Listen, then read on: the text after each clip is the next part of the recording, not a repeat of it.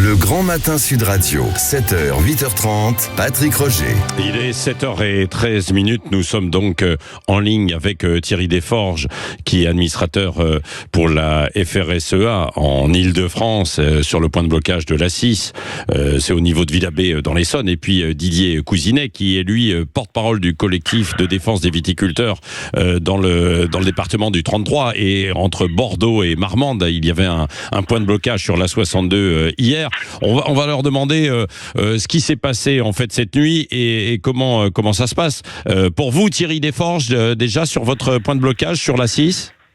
Oui, alors nous ça s'organise. On avait déjà anticipé en amont pour pouvoir organiser des dortoirs, que ce soit sur site. Donc on a une partie des personnes qui dorment sur site. On a des locaux qui sont mis à disposition à proximité avec douche. En fait, ce sont des bureaux qui sont chauffés où on peut dormir un peu plus confortablement. Voilà. Et puis après, il y a des gens qui se sont organisés aussi, qui ont installé des bâches au-dessus des bennes, de bennes agricoles, qui ont mis de la paille dans le fond, des matelas au-dessus, et puis qui dorment dans ces conditions. Une caravane improvisée, quoi, en quelque sorte. Ce sont des caravanes improvisées. Le monde agricole est connu pour être adaptable. Oui, bien sûr, c'est vrai. Et vous, Didier Cousinet, sur le blocage de l'A62, est-ce que vous l'avez levé ou est-ce que vous le maintenez ou où en êtes-vous ? Eh bien, écoutez, hier soir, on a vu une belle manifestation qui était bien présente. Et hier dans la nuit, à cause de quelques manifestants et des personnes qui s'étaient incrustées dans la manifestation, qui ont mis le bazar, on a été obligé de lever avant que ça parte trop dans un conflit avec les forces de l'ordre. Ah oui.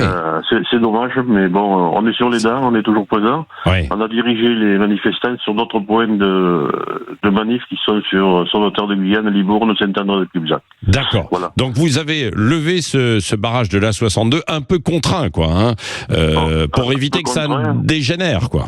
Tout à fait. Bon, on voulait faire. On est quand même respectueux des valeurs de la République et de tout le monde, et puis surtout des emprunteurs de la route. Mais bon, on a préféré lever avec le sous-préfet, les forces de l'ordre. On a décidé de lever avant que ça parte trop dans un conflit dont on n'arrivait plus à tenir. Bon, et vous allez manifester ailleurs, quoi. On va manifester ailleurs, effectivement. On a dirigé hier dans la nuit les manifestants. Oui. Thierry Desforges, est-ce que ça a été tendu ? Parce que hier, ça allait avec à la fois les automobilistes qui étaient bloqués, mais même s'il y en a certains qui commencent à être impatients, mais aussi avec les forces de l'ordre. Non, nous, avec les forces de l'ordre, on travaille en intelligence depuis le départ avec la préfecture, avec le préfet de police de Paris, parce qu'il faut savoir que les autoroutes autour de Paris dépendent du préfet de police de Paris jusqu'au premier péage. Donc en fait, on est sous l'autorité du préfet Nunez. Donc on a coordonné ça tout le week-end avec eux pour que ça puisse bien se passer. Et effectivement, ça se passe bien. On a dû gérer l'accueil de convois de tracteurs qui ont été redispatchés, qui étaient montés à Rungis, qui venaient du 44 de Loire-Atlantique, un convoi de la coordination rurale qui est arrivé à Rungis et qui a été repoussé, qui est arrivé chez nous. Donc on a géré leur Vous les avez accueillis, quoi. On les a accueillis parce qu'on est solidaires et que en fait c'est aussi pour des questions de sécurité la meilleure option qui se présentait à eux pour pouvoir passer la nuit. Donc voilà, il faut travailler en bonne intelligence avec tout le monde et alors cette manifestation qui est organisée par la FNSEA Grand Bassin Parisien se doit aussi de pouvoir accueillir des gens qui viendraient d'ailleurs et qui se retrouvaient sans domicile fixe, quoi. Oui, et ce qui va se passer un petit peu avec ceux qui arrivent du sud-ouest là pour rejoindre Rungis cet après-midi, même si là vous avez peut-être entendu, ils étaient bloqués sur l'A20, ils empruntent les nationales. Là, ça risque d'être un petit peu plus compliqué, donc quand même pour cette arrivée vers Rungis, non ? Oui, là on fait confiance. Alors c'est ce qu'on disait hier avec les renseignements territoriaux, c'est que en fait les renseignements territoriaux ont du mal à communiquer entre eux de département à département, parce que c'est pas prévu comme ça en fait. Donc en fait le responsable, le directeur des renseignements territoriaux de l'Essonne ne communique pas avec celui des Yvelines. Alors imaginez encore moins avec le 45 et avec le 41, etc. Donc en fait on se retrouve dans une situation où comme ils communiquent pas ensemble, ils savent pas d'où viennent, et c'est ce qui a permis que ce convoi puisse accéder à Rungis finalement, parce qu'ils savaient pas d'où ils venaient, ils savaient pas où ils étaient. Oui, bien sûr. C'est pas si simple de se retrouver effectivement comme ça quand on ne connaît pas en plus les lieux. Un dernier mot à tous les deux, Didier Cousinet, qu'est-ce que vous attendez de Gabriel Attal qui prononce son discours de politique générale cet après-midi?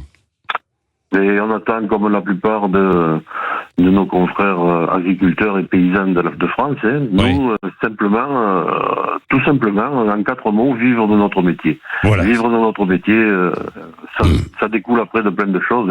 Il n'y a pas que le prix du carburant, il n'y a pas que ça. Il y a surtout que le libre-échange européen, qu'on ait les mêmes règles partout en viticulture, comme en agriculture, on a plein de choses à demander au ministre. C'est à partir de là que on verra s'il nous donne les bonnes informations et si on va pouvoir lui faire confiance.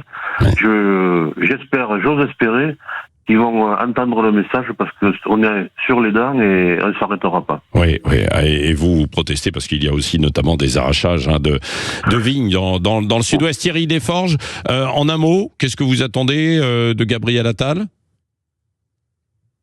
Thierry Desforges, oui. En un mot. Qu'est-ce que vous avez? Oui, nous on a mis de vivre dignement, c'est-à-dire du revenu, d'avoir la liberté d'entreprendre, c'est-à-dire moins de normes et moins de paperasse, et puis aussi de revenir sur la surtransposition franco-française de la législation européenne qui nous étrangle en fait, dont on ne veut plus.